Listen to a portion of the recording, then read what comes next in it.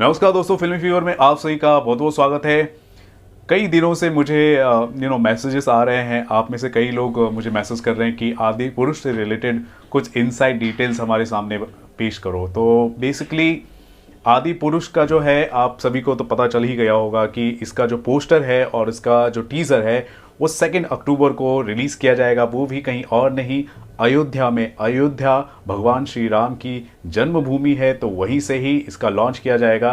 तो ये डिटेल्स तो आपको पता चल ही गया होगा। अब मैं आने वाले टाइम में आपको और भी इनसाइड डिटेल्स आपको बताऊंगा। बहुत ही इंटरेस्टिंग होने वाला है, तो बने रहिए पूरे वीडियो तक। आपको इनसाइड डिटेल पता चलेंगे आदि पुरुष से रिलेटेड, जो मैं आपके लिए अपने सोर्सेज से निकाल कर लाया हूँ। सो गाइस, आदि पुरुष इंडिया की 2023 में सबसे बड़ी फिल्म होने वाली है। लगभग 500 करोड़ के बजट में ये फिल्म बनने वाली है, जिसमें से अकेले 100 करोड़ तो खुद प्रभास की फीस है, तो 400 करोड़ तो पूरे मेकिंग में और दूसरे स्टार कास्ट के फीस में चले गए। ठीक है, तो टोटल 500 करोड़ के बजट में फिल्म बनने वाली है। फिल्म का नाम है आदि पुरुष। तो आदि पुरुष ही इस फिल्म का जो टाइटल है वो क्यों रखा गया, इसके बारे में मैं आपको बताऊंगा। और इस फिल्म में कौन कौन से चैप्टर्स लिए जाएंगे आपको बता दूं।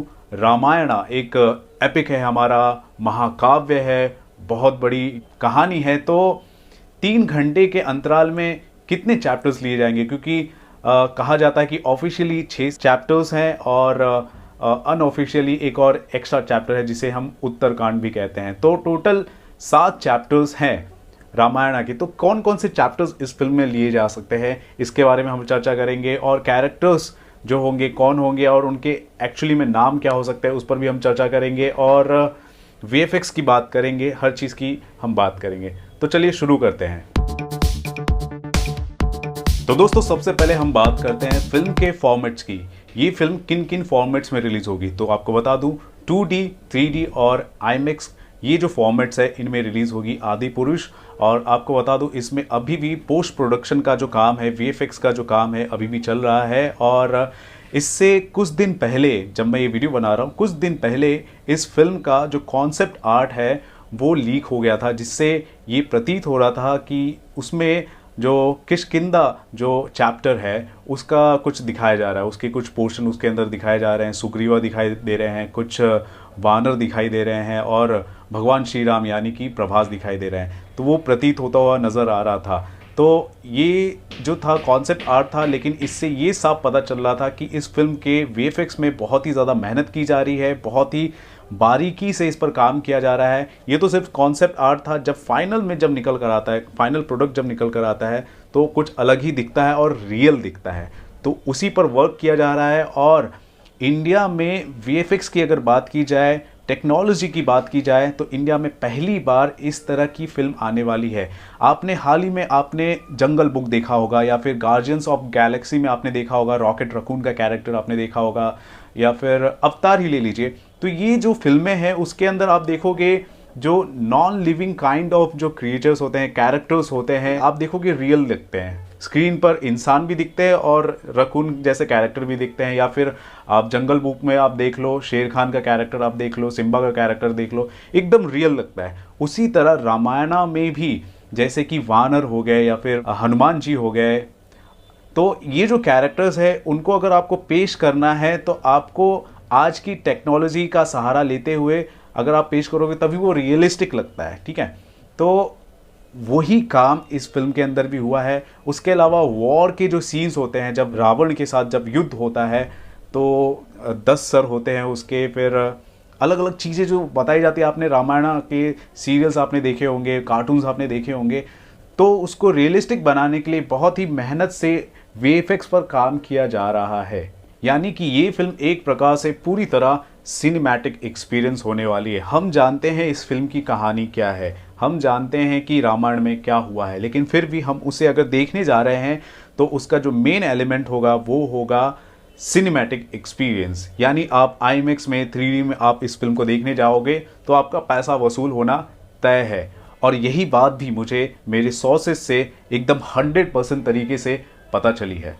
अब दोस्तों बात करते हैं फिल्म के स्टोरी लाइन या चैप्टर्स को लेकर। हम सभी जानते हैं रामायण की कहानी क्या है, हम सभी जानते हैं, लेकिन सभी में ये डाउट है कि कौन कौन से एस्पेक्ट्स है, कौन कौन से एलिमेंट्स है, चैप्टर्स है, वो इस फिल्म के अंदर नज़र आने वाले हैं। तो मेरे सोर्सेस से पता ये चला है कि इस फिल्म के अंदर अरण्य कांड से लेकर युद्ध कांड, यानी अरण्य चैप्टर से लेकर युद्ध चैप्टर तक के जो पोर्शंस होंगे वो हाईलाइट किए जाएंगे, वो बताए जाएंगे। और इसमें ये भी बताया जाएगा कि क्यों भगवान श्री राम को आदि पुरुष कहा जाता है। आदि पुरुष का मतलब होता है the superior man, the first man, ठीक है।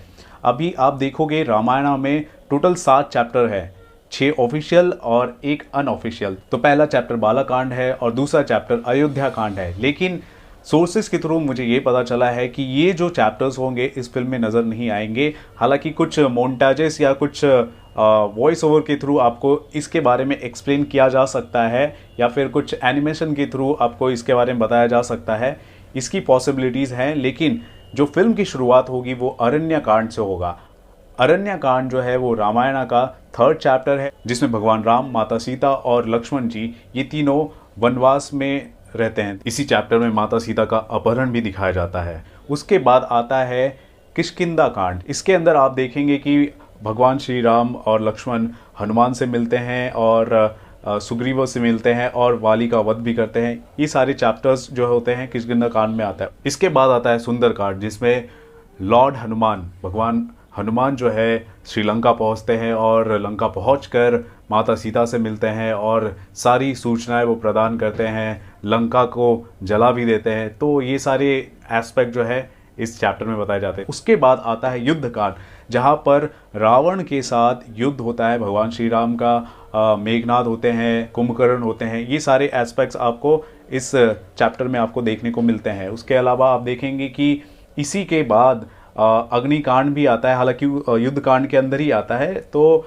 अग्नि परीक्षा ली जाती है सीता माता से।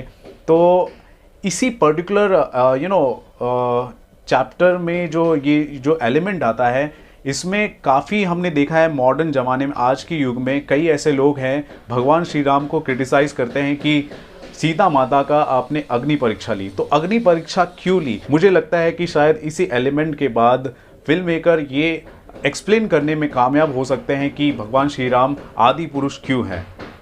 तो अग्नि परीक्षा लेने के बाद भगवान श्री राम अग्नि परीक्षा सीता माता की क्यों लेते हैं और उनकी शख्सियत के बारे में जो भी अफवाहें फैली हुई है, जो भी चीज़ें मनगढ़ंत चीज़ें बातें फैली हुई हैं, उसको क्लैरिटी देने की कोशिश इस फिल्म में बखूबी तरीके से की जाएगी। ऐसा मेरे सोर्सेज के थ्रू ऐसा मुझे बताया गया है और आई एम श्योर ऐसा ही हो। सो गाइस, ये जो बातें हैं मैं आपको बताने की कोशिश कर रहा हूँ आदि पुरुष से रिलेटेड। तो अगर जो भी आपके अंदर वो डाउट है या फिर जो भी आपकी एक्सपेक्टेशन है, उसको थोड़ा और बल शायद मिल सकता है मेरी इन बातों से।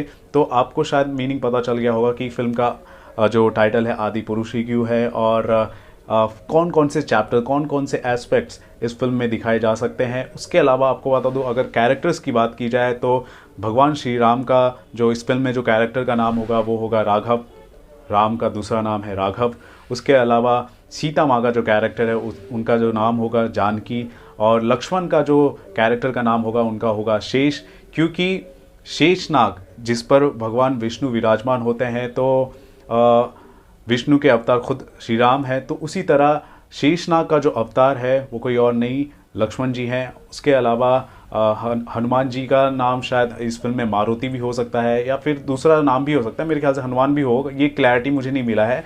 और अगर दूसरे कैरेक्टर्स की अगर बात की जाए, देखिए भरत, शत्रुघ्न और ये जो कैरेक्टर्स हैं वो शायद इस फिल्म में ज़्यादा आपको देखने को ना मिले। लेकिन रावण की अगर कैरेक्टर की बात की जाए तो उनका जो नाम होगा वो हो सकता है लंकेश, क्योंकि लंकेश उनको बोलते हैं। तो ये सारी डिटेल तो आपको शायद पता ही होंगी, अगर नहीं भी पता होगी तो मेरे इस वीडियो से आपको पता चल जा रहा होगा। तो सीट बेल्ट बांध लीजिए, एक्साइटमेंट के साथ आप भर जाइए। और फिल्म के डायरेक्टर खुद ओम राउत है और इससे पहले उनका आपने फिल्म तो देखा ही होगा, फिल्म का नाम था तानाजी। किस तरह से ये फिल्म बनी थी और कितना ज़्यादा एक्साइटमेंट, कितनी गूज़बम्स आए थे। तो इस फिल्म में भी आपको आने वाले हैं। रामायण में भगवान श्री राम कौन है, क्या है, कैसे हैं, क्यों है, ये सारी बातें आप इस फिल्म के अंदर आपको पता चलेगी। ठीक है, तो गाइस इस पूरे अपडेट को लेकर आप क्या कहना चाहते हैं ज़रूर बताएं हमारे कमेंट सेक्शन पर। आपकी क्या राय है किस तरह ये फिल्म होनी चाहिए, क्या हो सकती है और क्या चीज़ें हो सकती है आपके हिसाब से, वो सारे पॉइंट्स आप लिखकर हमें भेज सकते हैं। तो दोस्तों इस पूरे अपडेट पर आपका क्या कहना है जरूर बताएं हमारे कमेंट सेक्शन पर, और देखते रहे आपका अपना channel filmy fever. This is Ravi Gupta here, signing off. नमस्कार, जय श्री राम।